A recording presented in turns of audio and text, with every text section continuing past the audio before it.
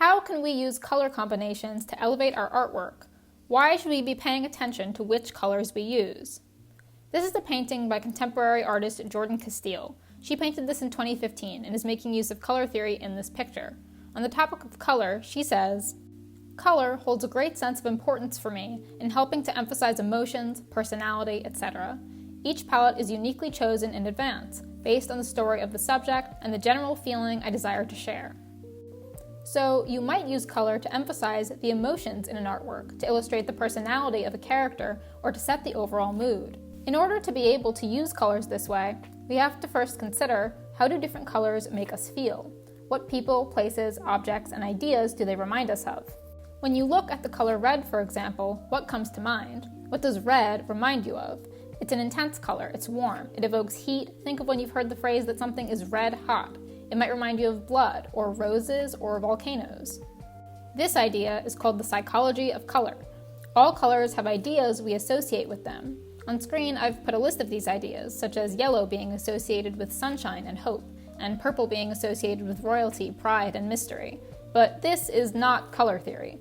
Considering the psychology of color is how you might pick colors to start with in your drawing, but this doesn't tell you how they relate to other colors in a visual way. Color theory is the body of practical guidance for color mixing and the visual effects of a specific color combination. This is the color wheel. On the color wheel, we can divide the colors we see into different categories. You may know these. These are the primary colors, red, yellow, and blue. These are the secondary colors, orange, green, and purple. But what are these? These are the colors that are not primary nor secondary. We call these tertiary colors, and they are crucial to color theory. Tertiary colors are found in between all of the primary and secondary colors. Using this color wheel, consisting of all three categorizations of colors, we can create different color schemes. A monochrome color scheme is created when you use different tints of the same color. In this example, a blue monochrome color scheme creates a quiet, serene landscape. A complementary color scheme is created when you pick one color and then pick the color directly opposite to it. You can see the way the blue and orange pop out against each other in this image. Sometimes the effect is so strong that you might notice the colors appear to vibrate or give the illusion of motion. An analogous color scheme uses several colors that are all next to each other. This analogous color scheme, using all warm colors, gives the impression that the whole scene is bathed in a golden light. A split complementary color scheme uses two colors that are next to the opposite of the main color.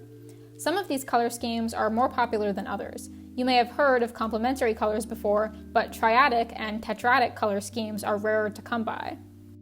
A triadic color scheme uses three colors that are all three spaces apart on the color wheel, creating a triangle shape.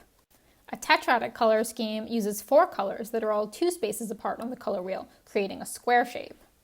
When picking a color scheme, consider what you want it to do for the artwork you're creating.